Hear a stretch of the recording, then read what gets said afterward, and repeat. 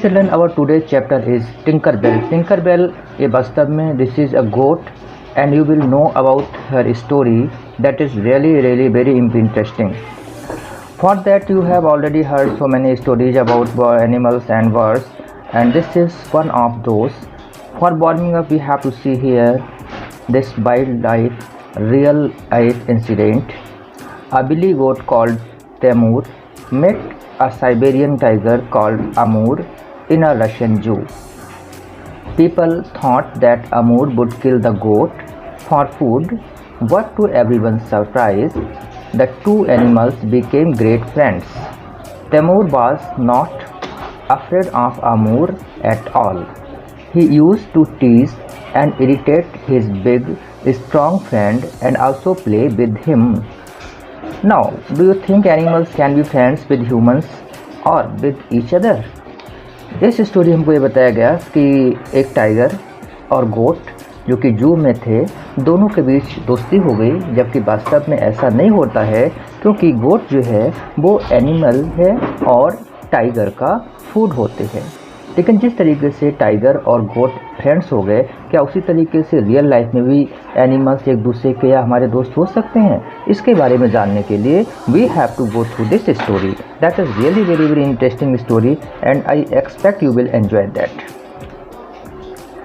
Tinkerbell is a goat who forms an unusual friendship with a boy.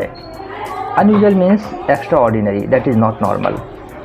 Read the story to find out if there are any similarities between Temur and Tinker. क्या Temur? तो अब I had been sitting on the bank of a small irrigation canal. Irrigation canal जो खेतों की सिंचाई के लिए जो कैनल बनाई जाती है उसको irrigation canal कहते हैं. For watering the plants and land, gazing at herons fishing in muddy water, then I felt something push my elbow. अब muddy water था, उसमें herons are the types of birds जो कि अपने लिए फिशिंग करते हैं, शिकार करते हैं, और तभी मैंने कुछ महसूस किया कि किसी ने मेरे एल्बो को पुश किया. Looking round, I found a little goat at my side. मैंने घूम के देखा तो पाया कि एक छोटी सी गोट मेरे साइड में बैठी हुई थी. सॉफ्ट एज अ वेलवेट, बिल्कुल वेलवेट की तरह सॉफ्ट थी, and with pretty grey eyes, और उसकी खूबसूरत भूरी आँखें थीं.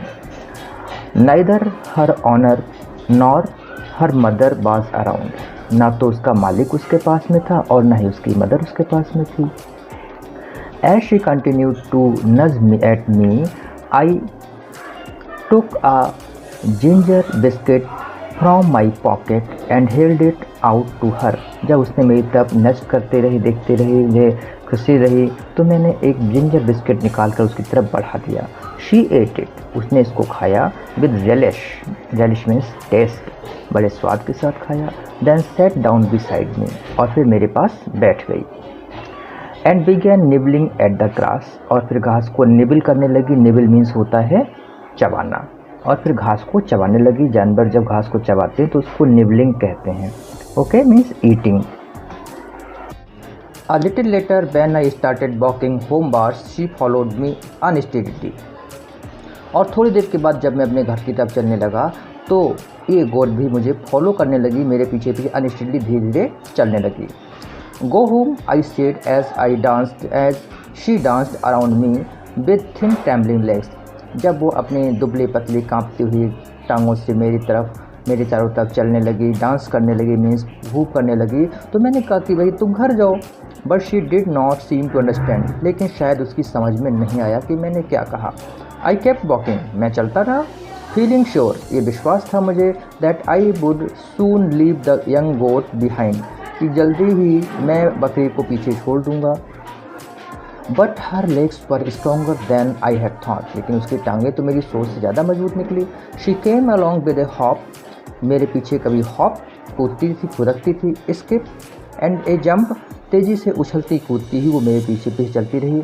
Right up to the gate of our house. और फिर वो सीधे हमारे घर के दरवाजे तक पहुँच गई. There was nothing I could do. मैं कुछ भी नहीं कर सकता था but carry her in and present her to grandfather. मैं उसको अपने घर के अंदर ले गया और दादाजी के सामने उसको पेश कर दिया कि दादाजी देखो ये कौन आया है. Not another said grandmother with a sob when she saw a the goat in the garden. जब grandmother ने garden में goat को देखा तो उन्होंने कहा कि नहीं, अब और नहीं. Drinking from a saucer of milk.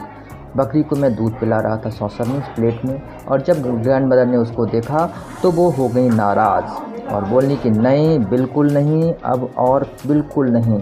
बहुत सारे जानवर तुम घर में ला चुके हो लेकिन अब बिल्कुल भी नहीं लाओगे. ऐसा कहते वो नाराज़ हो गई.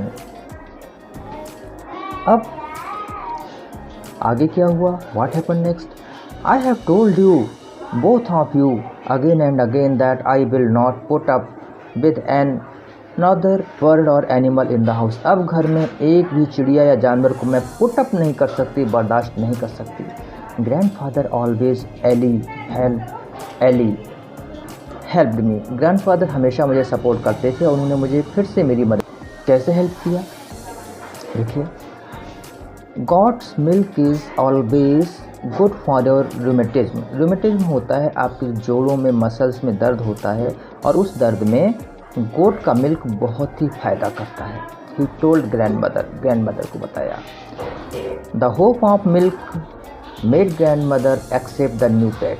अच्छा दूध मिलेगा और वो मसल्स और जॉइंट पेन को फ़ायदा करेगा, इस उम्मीद से उन्होंने तुरंत उसको एक्सेप्ट कर लिया.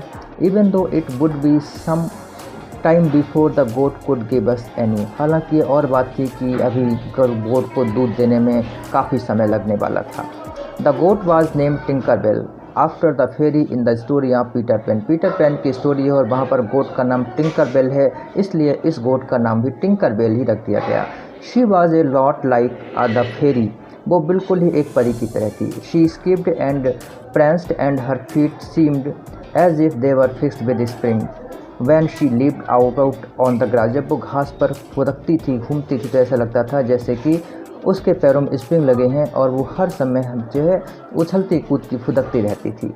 I tied a little bell to her neck. मैंने एक छोटी सी घंटी उसके गले में बांध दी. I always knew by its tinkling where she was likely to be found. और जैसे GPS ट्रैकर होता है वैसे ही इस घंटी की आवाज़ से मैं पता कर लेता था कि ये अब बकरी कहाँ पर है. Goats grew fast. बकरियाँ बहुत तेज़ी से बढ़ती हैं. Unlike Peter Pan and the fairies, Tinkerbell had to grow up. Peter Pan और फेरीज में तो बकरियाँ छोटी रहती हैं, लेकिन यहाँ पर ये जल्दी से बड़ी हो गई. To begin with, Tinkerbell developed a little pair of horns. और शुरुआत में हुआ ये कि उसके दो छोटे छोटे सींग निकल आए. Her appetite began to increase too. और उसकी भूख भी बड़ी तेज़ी से बढ़ने लगी. The leaves of the nasturtium, the sweet pea and the geranium. ये तीनों ही जो है खास तरह की डिफरेंट टाइप ऑफ वेजिटेशन है जिनको कि बकरियाँ बहुत पसंद करती हैं. बट हर फेवरेट उसको बहुत ही पसंद थी. One morning grandmother found all her sweet peas destroyed. और एक सुबह ग्रैनी ने पाया कि उनके सारे के सारे स्वीट पी डिस्ट्रॉयड हो गए. अब ग्रैनी क्या करेगी, इसको जानने के लिए you have to go through the second part of this video that you will find next day. Thank you, and please watch this explanation repeatedly so that you could find a better explanation of the chapter.